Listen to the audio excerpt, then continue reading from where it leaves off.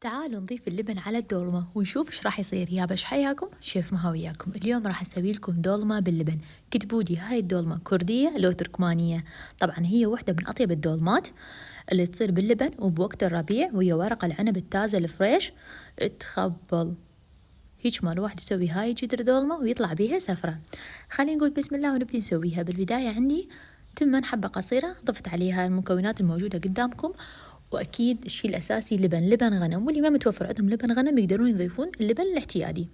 طبعا التوابل كلش قليلة، ملح ليمن دوزي وفلفل أسود فقط، خلطتهم هذا الشكل.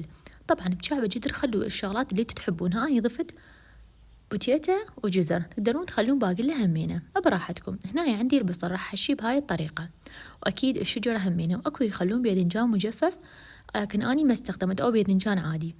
هنا عندي ورق العنب كان كلش تازة. هاي الطريقة مفضلة عندي وتفيد اللي عندهم عائلة كبيرة أو يحبون ورق العنب ويسووها باستمرار، ما راح تتعبهم. تلف بطريقة كلش سهلة.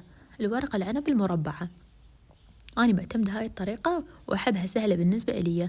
والطريقة الثانية بهذا الشكل. طبعا راح أسوي لكم 3 طرق وانتوا لفوا بالطريقة اللي تعجبكم، واحدة أسهل من الثانية. وأصلا اللي تسوي ورق العنب يعني تعرف إن ورق العنب ياخذ وقت باللف. وهاي الطريقة الثالثة، الطريقة الكلاسيكية اللي الكل متعودين عليها. أهم ملاحظة بورق العنب إن تلفونها لا تشدون عليها كلش قوي حتى التمن يستوي براحته، ولا تخلون تمن كلش هواية. والتمن لازم يكون حبة قصيرة بورق العنب لين ينطي طعم كلش طيب.